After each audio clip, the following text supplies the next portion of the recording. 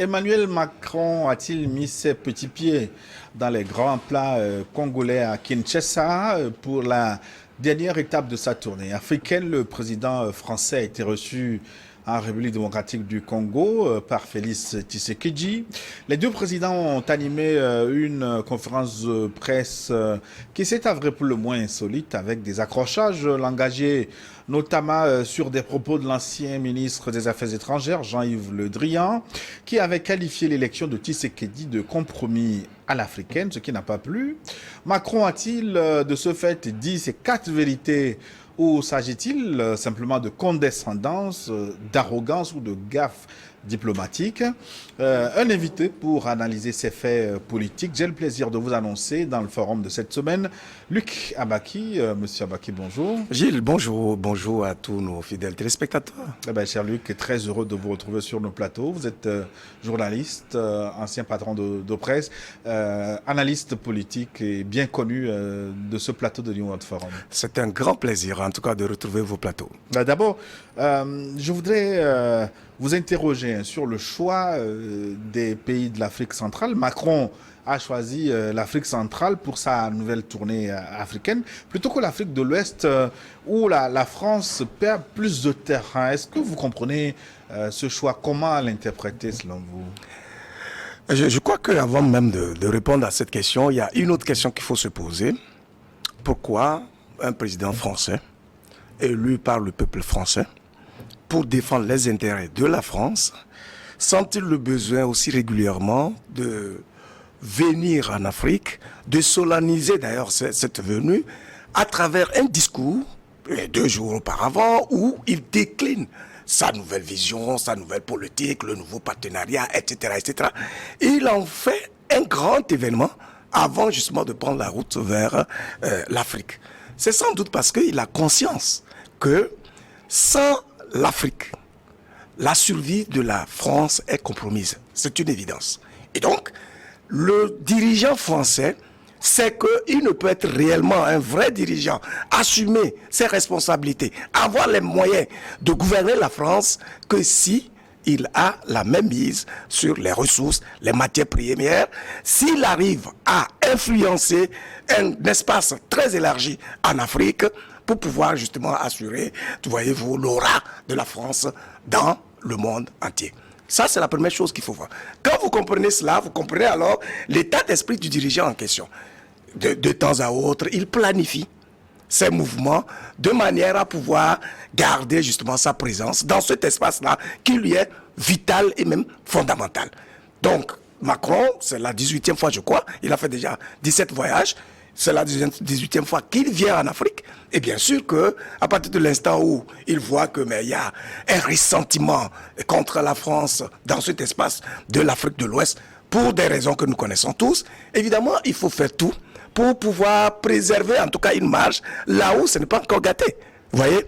Et puis, au-delà de ça, vous savez que le Gabon, par exemple, a commencé à sortir progressivement, d'une manière ou d'une autre. En tout cas, il fait du chantage politique en migrant vers le Commonwealth, mais surtout à la suite de ces bisbilles, en tout cas de ces problèmes juridiques, judiciaires, liés ou bien mal acquis et tout. Depuis un moment, Ali Bongo ne va plus en France, sauf la dernière fois où les relations ont commencé à être réchauffées. Et donc, à 6 mois des élections, si Macron ne fait rien, c'est vrai, le prétexte qui a été trouvé, c'est qu'il y a un sommet sur les forêts, etc. Et donc, lui, il estime que, il faut venir parler de ça comme si il n'avait pas conscience que sa seule présence à Libreville donnerait en tout cas une interprétation, une connotation politique justement. Donc, il y a ça. Il y a aussi,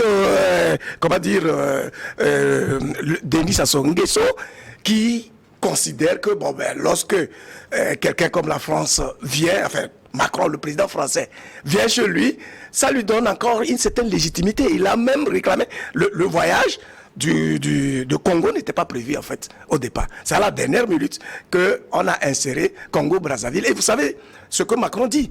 Il dit que il faut humilier personne. Donc il faut faire. Ça veut dire qu'il se considère comme un messie. Ils ne sont pas toujours élus de la même meilleure façon. Exactement. Donc il considère que il est le bon samaritain. Il vient donner une certaine cote au président, qu'il soit légitime ou pas, qu'il soit aimé de leur peuple ou pas, dès lors qu'il vient le rencontrer, c'est qu'il est fréquentable. Et dès qu'on fait avec les dirigeants qui sont là avec... Voilà, voyez-vous, donc, ça veut dire que ça son corps défendant, mais en même temps, il a des intérêts réels, puisque si il le rejette, ce monsieur a une alternative qui est là et qui inquiète très sérieusement la France, notamment la Russie. Et puis, voyez-vous, Denis Sassou Nguesso est en train d'envisager la perspective de se faire remplacer par Denis Christel, son fils. Donc, si la France est réticente par rapport à tout cela, mais ils savent que s'ils ne font rien, eh ben, ils vont aller sous les giron de la Russie. C'est exactement la même chose. En tout cas, je crois que Macron a eu à le dire clairement. Ce sont les intérêts en réalité qu'il défend, même si il trouvait un habillage, des pirouettes rhétoriques pour nous faire croire que bon, ben, c'est pour les partenariats, c'est pour voilà, parler de la gouvernance, des intérêts communs, etc., etc. Ce qui est certain, c'est que la France joue sa survie. Il est allé en RDC parce que, vous savez, il y a une insolence sur le plan des matières premières à ce niveau-là. Donc, s'il ne fait absolument rien, et puis il y a la critique, puisque l'Est de la RDC est agressé sérieusement par le Rwanda, et on soupçonne même la France de tirer les ficelles. Parce qu'il y a eu des condamnations, mais la France a du mal à se prononcer clairement sur cette agression, etc. Il trouve toujours de l'euphémisme, des formules atténuantes pour ne pas heurter justement la sensibilité du Rwanda également, puisque justement il y a des deals dont on ne nous parle pas. Vous voyez, il va en Angola, il dit bon, c'est pour la sécurité alimentaire, c'est un partenaire pour l'agriculture et tout. Tout cela, en fait, c'est pour préserver l'image de la France, faire en sorte à se garder encore une portion et faire en sorte que tout ne se gâte pas. Mais est-ce que le choix de l'Afrique centrale peut être mis en relation avec la situation de la France, avec le ou la Centrafrique, où on sait le désamour français a concrètement, en tout cas, commencé avec le choix du partenaire stratégique qu'est la Russie pour le Centrafrique. Est-ce qu'on peut comprendre la tournée africaine en Afrique centrale comme une façon d'isoler Touadéra, qu'il a tout de même rencontré au Gabon, ou alors il est en train de tisser une toile autour de cette terre qui lui échappe finalement? La certitude, c'est que Emmanuel Macron est un président angoissé, mais surtout inquiet. Inquiet de ce qu'il perd la marge que son pays a toujours eue en Afrique. Simplement parce que s'il perd cette marge-là, ça veut dire qu'il n'aura pas la manette pour être un dirigeant qui a le pouvoir d'assumer ses responsabilités en France. Ça, c'est une évidence.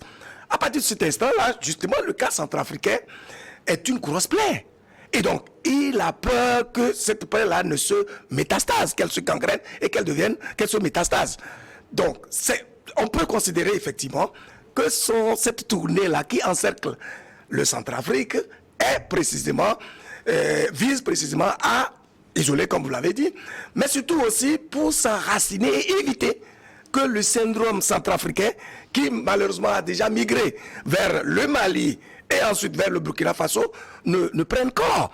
Parce que les dinosaures des chefs d'État de l'Afrique centrale sont des gens qui ont besoin d'être adoubés au plan international, simplement parce qu'ils n'ont pas travaillé sur des valeurs démocratiques, sur l'alternance, sur des éléments qui permettent de conforter leur légitimité au plan national. Et donc, ces gens-là, s'ils n'ont pas un allié fort, si la France ne se positionne pas comme un allié stratégique qui maintient cette position-là et qui les aide à rester là où ils sont, mais l'alternative étant là, il n'y a même plus à discuter. Ben, écoutez, ils ont des choix. Puisqu'ils ont des contraintes, comme je l'ai dit, vous allez constater que le même phénomène s'était produit avec le Cameroun.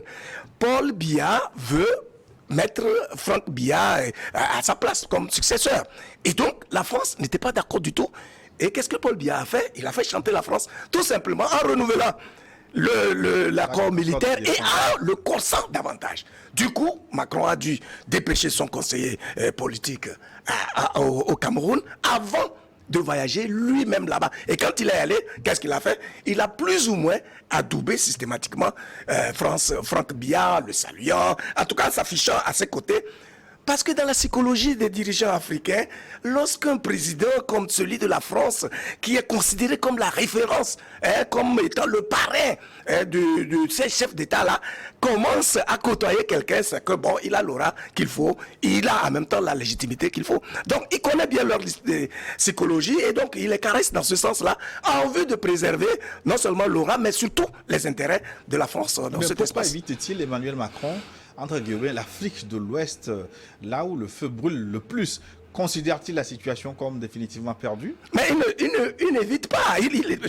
Son premier voyage était d'abord là en Afrique de l'Ouest. Il y avait déjà des soucis, mais il est venu en Afrique de l'Ouest, notamment en 2017, novembre 2017, à Ouagadougou, où à l'université Joseph Kizerbo, il a tenu un discours où il nous avait donné le sentiment que cette question de Centrafrique était finie, parce qu'il n'avait plus de politique. Voilà, pour l'Afrique, etc. Récemment, dans sa tournée, il est passé par le Bénin.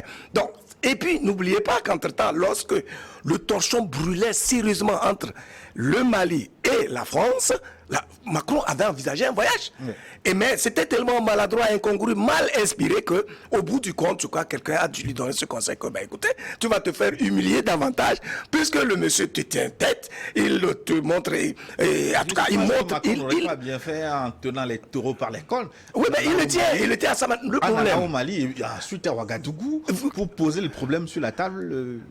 Non, c'est risqué. Parce qu'en fait, voyez-vous, j'avais dit ici sur ce plateau une fois que les dirigeants maliens ont un état d'esprit qui est clair. Ou bien vous respectez leur légitimité, leur souveraineté, les aspirations, les intérêts de leur peuple et leurs choix stratégiques, et vous composez avec eux, ou alors vous n'êtes pas dans leur giron, vous ne pouvez pas composer. Quelle que soit la démarche que la France fera, tant qu'elle n'est pas dans cette posture-là, qui consiste à composer avec les dirigeants maliens comme des partenaires à part entière, avec tous les respects qui sont dus à leur rang de chef d'État, il ne pourra rien gagner, même s'il y va. Il le sait.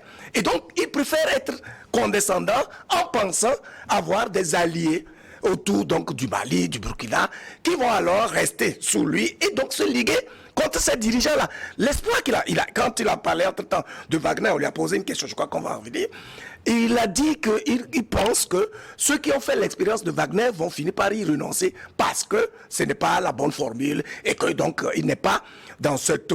il ne s'imagine pas que les autres pourront imiter l'exemple du Mali en ce qui concerne, et du Centrafrique, en ce qui concerne la cour à Wagner. Donc, sa démarche consiste donc à se liguer en réalité, à prendre en complice les autres chefs d'État. Vous avez vu comment il a pu utiliser la CEDEAO pour contrer les velléités de souveraineté du Mali, etc., par des sanctions vraiment arrachées par les cheveux. Donc, il est dans toutes, il essaye toutes les formules possibles. Mais, malheureusement, il est si maladroit, mal inspiré, souvent vraiment superficiel dans sa façon de s'adresser à l'Afrique. Et même, il ne pose pas très bien le diagnostic, au point où, finalement, il continue de perdre du terrain. Et vous avez vu que toute l'effervescence, les hurrahs, l'ambiance que souvent les mouvements des présidents français en Afrique généraient n'existent plus pratiquement. Mais vous l'avez évoqué, ça a tourné. La tournée de Macron a été précédée d'un discours de reformulation, comme il disait, de la politique africaine de la France. Une reformulation sans concertation avec les Africains. Est-ce que cette reformulation serait viable? Mais oui, voyez-vous, c'est pour ça que j'ai fait exprès de commencer mon propos par l'état d'esprit d'un dirigeant français.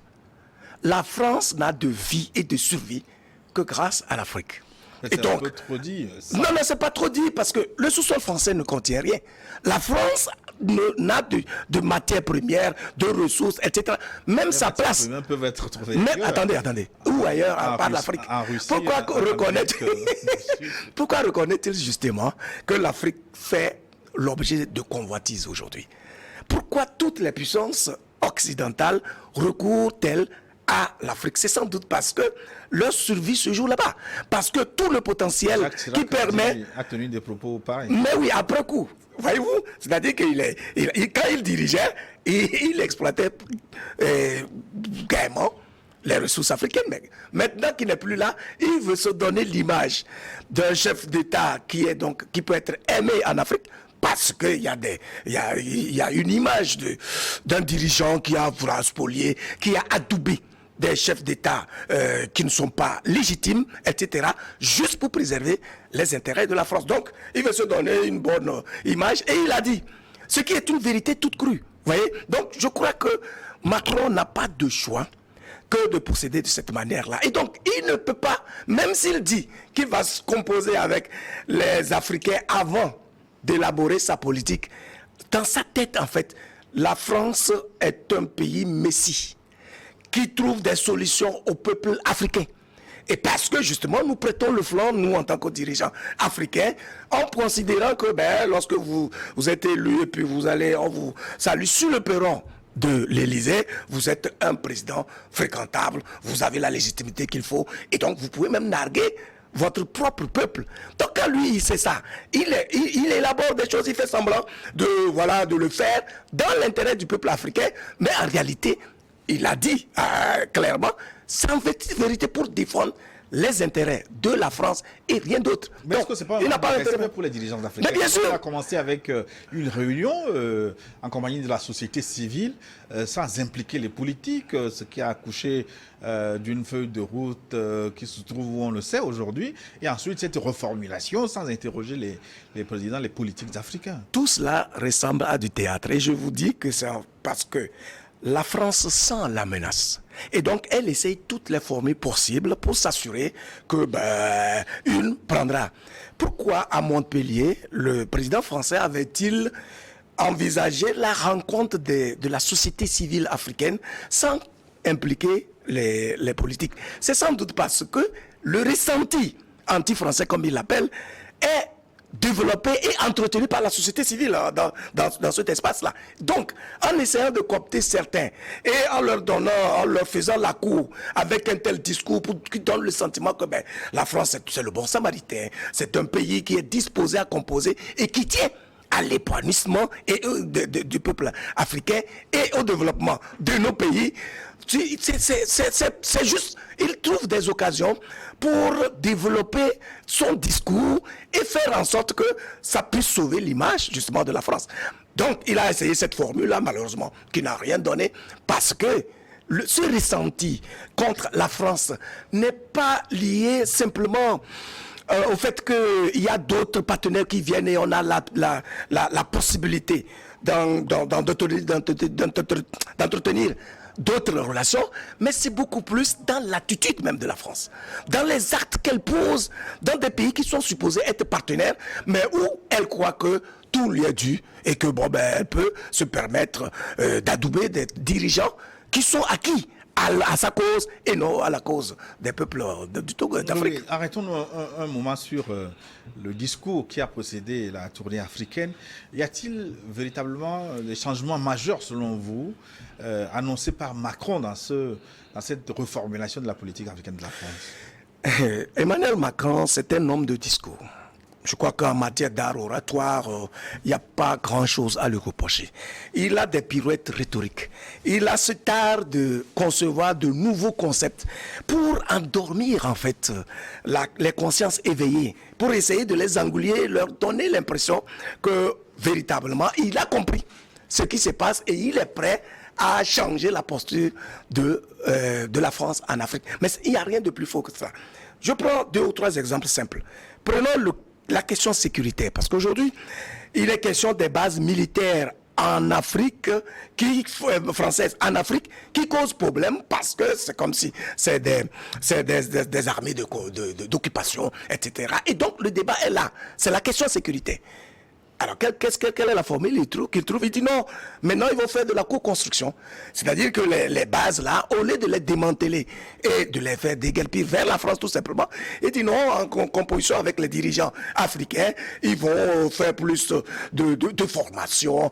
Bref, pour dire que voilà, il allège d'abord le truc, ouais, il réduit, mais toutes ces bases seront là, sauf qu'ils vont faire plus de formation, de sorte qu'ils puissent aider les États africains à assurer leur sécurité selon leurs besoins, etc. etc. Or, en réalité, ces forces-là sont là, justement, c'est une signature de la France qui permet à la France d'être dans la position où elle est. J'étais en train de dire que même la place de la France au Conseil de sécurité est liée non pas seulement à sa puissance, mais surtout au fait qu'elle a une influence réelle dans un espace aussi large en Afrique que l'espace francophone en Afrique. Et donc, cela fait que elle joue la géopolitique, elle joue la géostratégie, elle fait en sorte que ce privilège qu'elle a là ne puisse pas lui échapper, puisque aujourd'hui c'est la France qui élabore les projets de résolution, etc. Et vous avez vu que le Mali a été amené au bout du compte à lui retirer cette plume-là, parce que à partir du moment où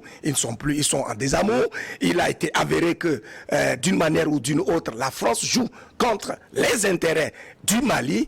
Bien sûr elle ne peut plus plaider la cause du Mali auprès des Nations Unies, etc. Et donc, Macron ne peut pas avoir du respect, même s'il donne le sentiment, même s'il dit que il pose maintenant son regard avec une profonde humilité. Au même moment qu'il parle de profonde humilité, de changement de regard et de conscience de ce que la France ne peut plus avoir une préséance ou une position privilégiée dans les partenariats avec l'Afrique. Lorsqu'on lui a posé la question sur Wagner, il a saisi l'occasion pour déverser sa bave et faire comprendre que c'est un groupe criminel et qui vient sauver les régimes poutistes, les régimes affaiblis, défaillants, etc. Or, même si ce qu'il dit peut avoir une portion de vérité, il est évident qu'il n'a pas, en droit on dit qu'il n'est pas compétent pour le dire. Pourquoi? Parce que la France n'a fait que ça depuis la colonisation jusqu'à aujourd'hui. Et donc, pourquoi régulièrement le cas tchadien qui est le dernier. Eh bien, bien sûr, voyez-vous, pourquoi en fait sommes-nous dans cette position où on est appelé à discuter, à analyser les mouvements d'un président français, etc. C'est sans doute parce que il a joué un rôle pécamineux dans l'histoire, dans la construction même de l'histoire africaine. Et donc, quand il fait des mouvements, on est obligé justement de décortiquer cela, tout simplement pour pouvoir éveiller les consciences et montrer que, écoutez, on n'a plus le droit de continuer à vivre par procuration en pensant que la France pourrait avoir des solutions pour les problèmes africains. Ce n'est jamais arrivé nulle part, et je ne crois pas que les discours que Macron tient pourront changer quoi que ce soit, parce que dans sa posture, il joue sa survie, il joue la survie de la France, surtout dans ce contexte où l'économie française, en tout cas européenne, est quasiment déstructurée à la suite d'abord de Covid et ensuite des opérations militaires en Ukraine. Mais je voudrais inviter au débat les téléspectateurs qui sont très nombreux à nous suivre. Certains nous écrivent déjà. Vous avez la possibilité d'apporter votre contribution via WhatsApp. Vous nous écrivez. Vous connaissez le contact plus 228 96 46 10 31. Je vous le répète, plus 228 96 46 10 31. Dites-nous ce que vous pensez de cette nouvelle tournée africaine du président français Emmanuel Macron, tournée vers l'Afrique centrale, et surtout les épisodes de sa conférence de presse en République démocratique du Congo, où il a échangé quelques mots un peu musclés avec le président Tshisekedi. Selon vous, Macron a-t-il dit ses vérités à l'Afrique, ou simplement il s'agit d'arrogance, de condescendance, souvent reprochée au président français? Luc Abaki, je reviens avec vous au plateau pour terminer avec le discours de reformulation dans lequel Emmanuel Macron n'a pas beaucoup évoqué la question du franc CFA, qui reste quand même un des sujets majeurs de la France-Afrique. C'est fait sciemment, où on peut considérer que cette question est déjà réglée? Non, elle n'est même pas réglée, elle n'est même pas entamée. C'est sans doute parce que c'est un sujet qui fâche. Il a fait du bluff avec ce sujet-là en allant, je pense que c'était en 2019, en décembre 2019, en Côte d'Ivoire, où ils ont, en complicité avec le président ivoirien, ils ont maquillé le projet de création de l'ECO en énumérant un certain nombre d'éléments, comme si la France venait de lâcher du lest, venait en bon samaritain, en tout cas en état très, très inspiré, qui alors donne des solutions en ce qui concerne la création de l'ECO. Et donc, il a réussi à casser la dynamique qui était enclenchée au sein de la CEDEAO pour créer l'ECO. Parce que les pays anglophones n'ont pas accepté donc ce qui se proposait. Ah, mais c'était quand même incroyable. C'est vrai qu'à l'époque, le président Alassane Ouattara était le président en exercice de l'UEMOA. Et donc, il a fait croire qu'il avait reçu l'assentiment de ses confrères, de ses collègues, pour donc discuter et établir ce schéma-là. Mais ce qui était, c'était d'une telle malhonnêteté qu'en réalité, il voulait enlever, donner dans la conscience collective le sentiment que le processus était en cours. Depuis ce temps-là, est-ce que vous avez entendu encore parler de l'ECO? Et comme vous le dites, c'est un sujet majeur. Parce que les pays africains ne peuvent pas, après plus de 60 ans quand même d'indépendance, espérer pouvoir construire leur économie sans poser le problème de la monnaie. Même si l'enjeu majeur est d'abord la production, tout est conditionné d'une manière ou d'une autre par la monnaie, parce que c'est un outil de souveraineté. Voyez-vous, ne revient pas aux Africains de poser ce problème plutôt qu'à la France. Hein, mais c'était à l'Afrique, justement. Mais l'initiative de l'ECO, c'est pas la France. Et donc, voyez-vous, il faut comprendre que, en fait, pour pouvoir évoluer dans la vie, il y a un certain nombre de principes qu'il faut respecter. Ces principes-là, c'est d'abord la mutualisation des énergies, par exemple. Si vous voulez aller loin seul, ça va être extrêmement difficile. Donc, vous devez mutualiser vos énergies.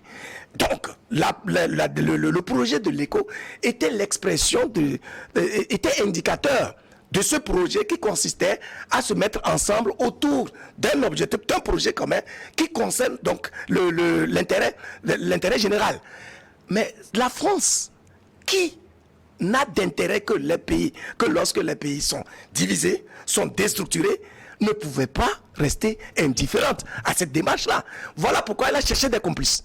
Elle a cherché des complices pour pouvoir galvauder, pour pouvoir éventrer ce projet-là. Et le coup a réussi. La preuve, c'est que nous, citoyens d'Afrique, dont le travail devait consister à donc analyser les initiatives que nos chefs d'État prennent dans le sens de développer nos pays, nous consacrons notre temps à parler justement des mouvements de Macron et tout ça, alors que ça, ce n'est pas constructif, parce que finalement, on a senti que la priorité, c'est d'éveiller les consciences. C'est de faire en sorte que ce mouvement-là, qui consiste à rappeler aux gens qu'ils ne peuvent pas vivre, que leurs intérêts ne peuvent jamais être défendus et promus par une puissance extérieure, est fondamental. Si la mayonnaise prend, si on a une masse critique de citoyens africains qui sont conscients du fait que nous ne pouvons assumer notre vie, nous ne pouvons aller de l'avant qu'en assumant notre identité, nos valeurs, etc. Vous allez voir qu'il n'y aura même plus de débat autour des mouvements de la France, parce qu'elle va se noyer dans un verre d'eau, puisque les gens ne la considèrent plus. Au Gabon, Emmanuel Macron a déclaré que l'âge de la France-Afrique est révolu, et que c'est dans certaines consciences que certains Africains cherchent à pérenniser ce concept. Est-ce que vous êtes d'avis Mais ce n'est pas la première fois qu'il le dit, vous le savez. J'avais déjà dit qu'à Ouagadougou, il avait dit qu'il n'avait même pas de politique africaine. Il n'y en avait plus, que il n'y a pas de politique. Et voilà que c'est lui qui, avant même de faire une tournée en Afrique, fait un discours solennel devant des journalistes, beaucoup d'officiels français. Pourquoi? Parce que c'est un événement majeur pour lui. Alors, si aujourd'hui il répète que l'âge de la France-Afrique est révolu, on va juste lui rappeler, ah oui, mais au Tchad, en 2021, ce n'est pas la France qui a quasiment intronisé Kakadémi. Alors, c'est quoi la France-Afrique? Si ce n'est la propension pour la France de s'ingérer dans les affaires intérieures des pays, d'entamer leur souveraineté et d'intervenir même dans le choix des dirigeants en fonction de ses intérêts à elle et non en tenant compte des aspirations profondes des peuples d'Afrique. Donc, aujourd'hui, la France est prête à marcher ces valeurs qu'elle a eu à incarner hier, notamment la démocratie, le respect des droits de l'homme, pour fréquenter ceux-là qui étaient censés être infréquentables en lien avec ces valeurs dont je parle, tout simplement parce qu'elle doit préserver ses intérêts. Rappelez-vous, lorsqu'il y avait la francophonie en RDC sous François Hollande, c'est ce genre de président qui, dans sa posture donc de dirigeant d'un pays de référence, respectant les droits de l'homme, etc., est allé en RDC et refuse de saluer le président du pays qui l'accueille. Sans doute parce qu'il voulait passer le message, assumer donc cette identité d'un pays de référence démocratique, etc. Mais aujourd'hui, ce sont les présidents français qui vont dans des pays qui sont censés torpiller les principes élémentaires de la démocratie, de la liberté d'expression, des droits de l'homme, etc. Très bien, pourquoi? Donc il ne peut pas proclamer théoriquement la fin de la Centrafrique alors que ces actes sont des actes qui incarnent véritablement cette intrusion permanente de la France dans nos espaces. Et en RDC, justement, Tshisekedi a désapprouvé ouvertement des propos tenus par Le Drian concernant sa réélection par un compromis à l'africaine. Vous avez suivi la scène de cette conférence de presse, scène ubuesque. Ces propos, les propos de Macron, vous ont-ils semblé méprisants envers le président Tshisekedi? Non, mais écoutez, c'est toujours l'état d'esprit du dirigeant français qu'il faut toujours regarder. En le disant, en vérité, d'abord c'était à la suite d'une question que une Française a demandé à poser au président de la République démocratique du Congo, concernant la perspective des élections. Est-ce que il entend organiser vraiment des élections transparentes dans les meilleures conditions ou bien il envisage un compromis à l'africaine? Or, cette expression avait été utilisée, comme vous l'avez dit, par Jean-Yves Le Drian, à l'époque ministre des Affaires étrangères, qui avait participé à faire les conciliabules ayant abouti à l'intronisation les échanges un peu diplomatiques. Oui, justement. Voyez-vous?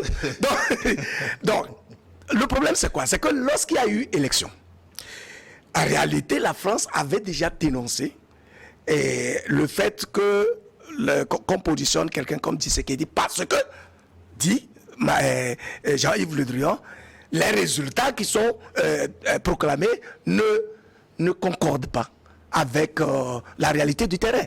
Il a pris prétexte sur la position des archevêques, etc., dans l'RDC et tout ça. Et donc, en le disant, c'est qu'il désavouait justement Tshisekedi. Et il a fallu des conciliabules dont la France était au courant. Et donc, la maladresse a consisté à dire, mais écoutez, c'est quelqu'un, un président qu'on a élu, enfin qu'on a pris par défaut. Et Macron le répète en disant que l'alternance spontanée était impossible. Et que la France a joué un rôle important dans cette alternance-là.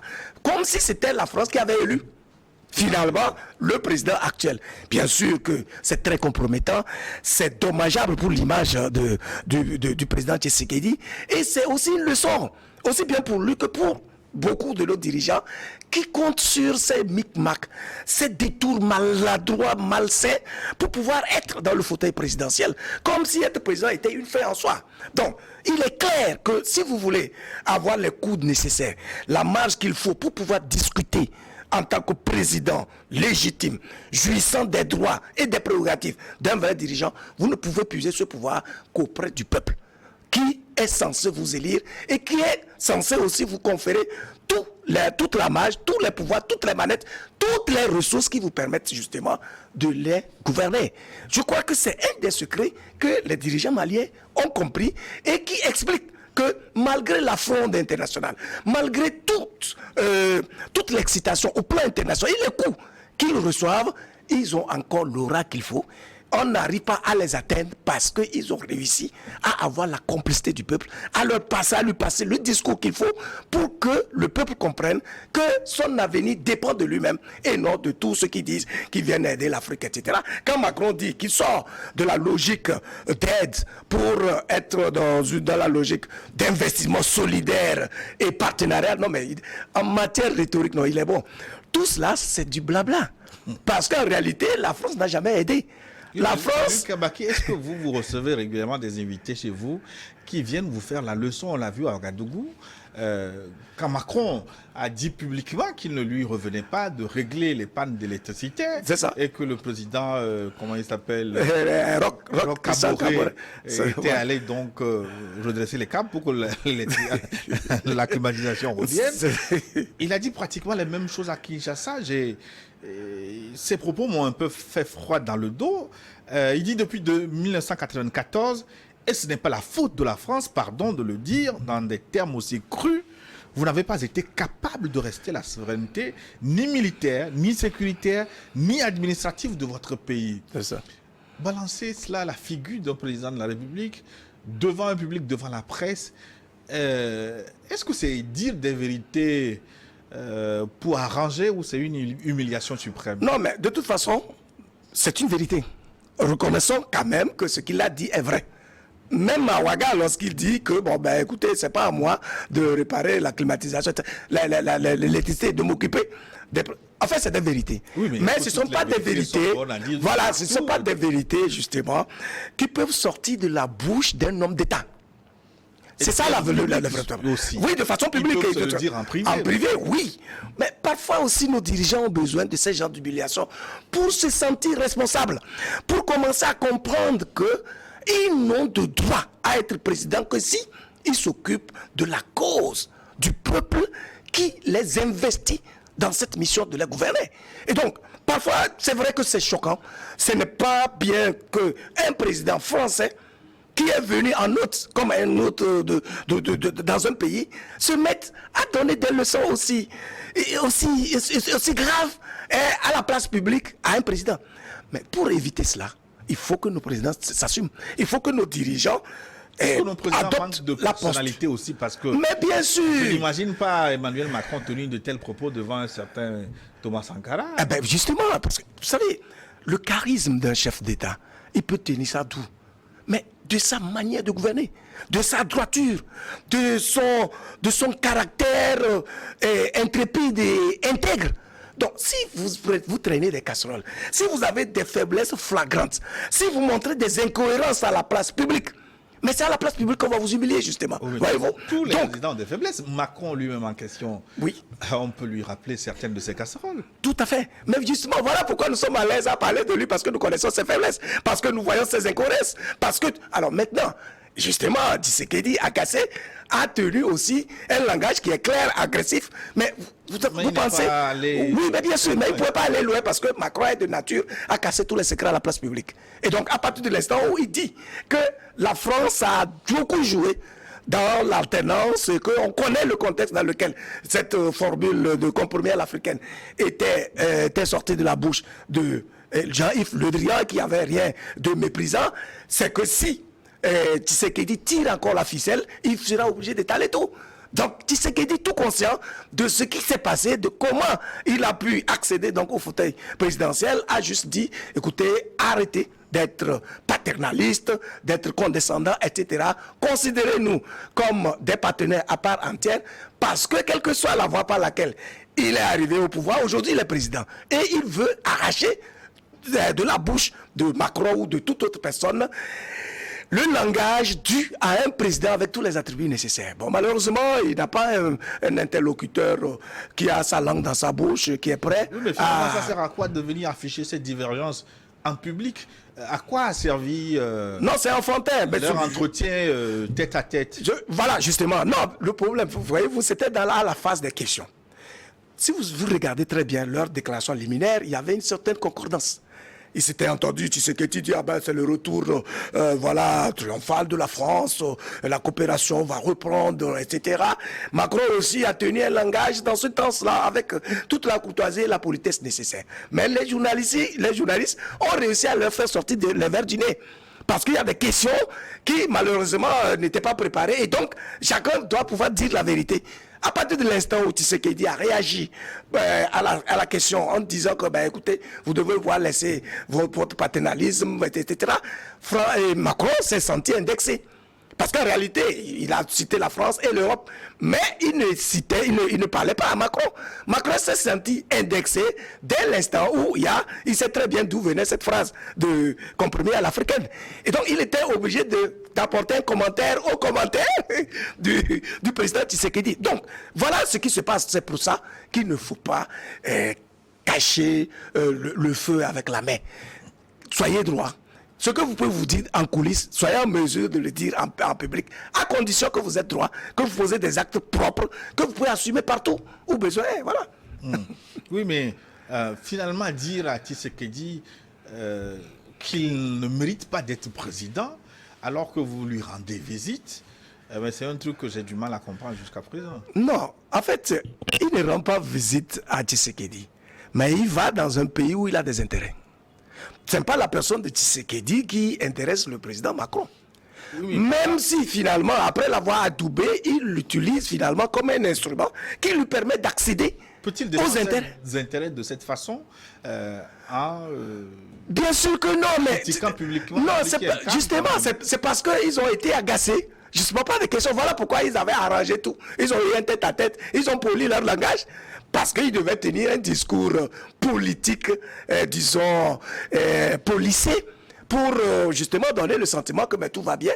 Donc, Tshisekedi, à la limite, même va regretter d'avoir dit que la France est un bon partenaire, que la coopération a repris et tout et tout. Vous voyez comment le Maroc a réagi lorsque Macron, en utilisant justement le langage politique subtil pour sauver la face, dire qu'il a des relations personnelles amicales avec le président. Mais le Maroc a réagi clairement. Il n'y a même pas, de relation amicale, ni amicale. C'est clair et net. Et ça, c'est révélateur du nouvel état d'esprit qui est en train de se construire, aussi bien dans la masse sociale en Afrique que parmi certains dirigeants. Dans notre pays. Il y a de cela 5 ou 10 ans, je ne suis pas sûr qu'un dirigeant africain aurait l'audace de tenir ce genre de langage. Et même ce que Tshisekedi a dit publiquement là en disant non, que ce n'est pas la journaliste, c'est le dirigeant qui a dit ça, a été en place publique. Mais il n'allait pas le faire. Mais il a fallu qu'il y ait eu des tiraillements, par exemple en Centrafrique, ensuite au Mali, que les dirigeants là tiennent des langues du Burkina Faso, tiennent des langages très clairs de fermeté pour revendiquer leur souveraineté et demander à s'assumer par eux-mêmes pour que les autres chefs d'État se disent que donc c'est possible. Ah donc c'est possible. Et donc vous voyez, je peux vous dire que dans les années à venir, la France, si elle ne change pas de position, finira par perdre toute son influence, en tout cas dans ces espaces-là, parce donc que les éveils de conscience sont réels. La politique africaine de Macron est mal partie. C'est le discours, c'est le harouratoire, la France a toujours dit, vous savez, si vous regardez bien les discours qui sont écrits et lus, ils sont toujours propres. À l'égard de l'Afrique, ils ont toujours dit de très bonnes choses, mais jamais les actes n'ont suivi. Pourquoi? Parce que la France, si un président français se décide véritablement d'être droit, de respecter tout ce qu'il faut, d'être dans l'orthodoxie vis-à-vis des dirigeants africains, il va avoir des problèmes. Parce qu'il faut forcer certaines choses à partir de l'instant où des consciences commencent à s'émanciper en Afrique. Si la France va rester droit et rester dans le partenariat gagnant-gagnant, ça ne va pas l'arranger du tout. Parce qu'il lui faut des privilèges réels dans cet espace-là pour pouvoir gagner ce qu'elle a à gagner. Mais pourquoi parlons-nous aujourd'hui de la politique de la France en Afrique, alors que la France n'a pas été la seule puissance colonisatrice? Il y a eu le Portugal, l'Espagne, tous ceux qui se sont trouvés en 1885 en Allemagne pour partager l'Afrique. Mais ils sont partis de l'Afrique. Aujourd'hui, ce débat-là ne se pose pas avec l'Allemagne, ni avec l'Angleterre, vis-à-vis des pays anglophones, Pourquoi c'est toujours la France? Parce que la France a mis des verrous pour pouvoir maintenir son influence, son hégémonie et en même temps tirer profit. Cette question du franc CFA, cette question des bases militaires, cette question d'intrusion des politiques français dans le choix des dirigeants africains. Mais c'est tout cela qui participe à montrer qu'en réalité, la France joue fondamentalement sa survie à partir des intérêts qu'elle tire en Afrique, c'est clair. Dans cette nouvelle politique, cette reformulation, il n'a pas été clairement dit comment Macron compte contrer la Russie. Il a simplement dit que les relations russes avec l'Afrique vont mourir de leur propre mort. Non, et Macron sait qu'il ne peut pas contrer la Russie en Afrique. À moins de composer, à moins de composer avec l'Afrique. Russie et Wagner. Hein. Oui, oui, bien sûr, bien sûr. À moins de composer. Vous avez vu le ministre de la Défense de Macron a dit qu'il demande l'aide des Africains pour contrer Wagner en Afrique. Mais la France fait partie de l'OTAN. Et donc, si vraiment, puisque le patron de Wagner a dit que son premier ennemi, désormais, c'est la France. Et donc, au lieu de dire, écoutez, je vais demander les alliés de l'OTAN pour m'aider à mettre un terme à l'action de Wagner, il demande l'Afrique. Pourquoi? Parce qu'on a dit que nos pays sont souverains. S'ils sont souverains, c'est qu'ils ont la liberté de choisir leurs partenaires, leurs stratégies. En tout cas, leur politique interne ne doit pas concerner quelque puissance que ce soit. Mais malheureusement, ils se rendent compte que lorsqu'on laisse une petite marge à ces pays de l'espace francophone, tous veulent migrer vers d'autres partenaires. Sans doute parce que le rôle que la France joue en Afrique n'est pas propre. Ne permet pas aux États africains de s'épanouir. Voilà pourquoi ils sont obligés de choisir des gens qui sont acquis à leur cause, de composer avec des gens qui sont prêts donc à leur servir la cause qui est donc celle de la France. C'est ça la vérité. Donc ils vont parler comme ça. Quand ils parlent comme ça, c'est parce qu'il y a des questions. Sinon, ils préfèrent leur caresser le dos, les poils, etc. pour pouvoir avoir la marge qu'il faut en Afrique. Voilà. Luc Abaki, nous allons marquer une pause pour une édition de journal. On va se retrouver dans une dizaine de minutes pour la seconde partie de New World Forum. La seconde partie qui est aussi la partie des téléspectateurs. Ils interviendront en direct. Plus de 128 96 46 10 31 des questions WhatsApp. On se retrouve avec du plaisir pour commenter vos contributions. À tout de suite. Hein.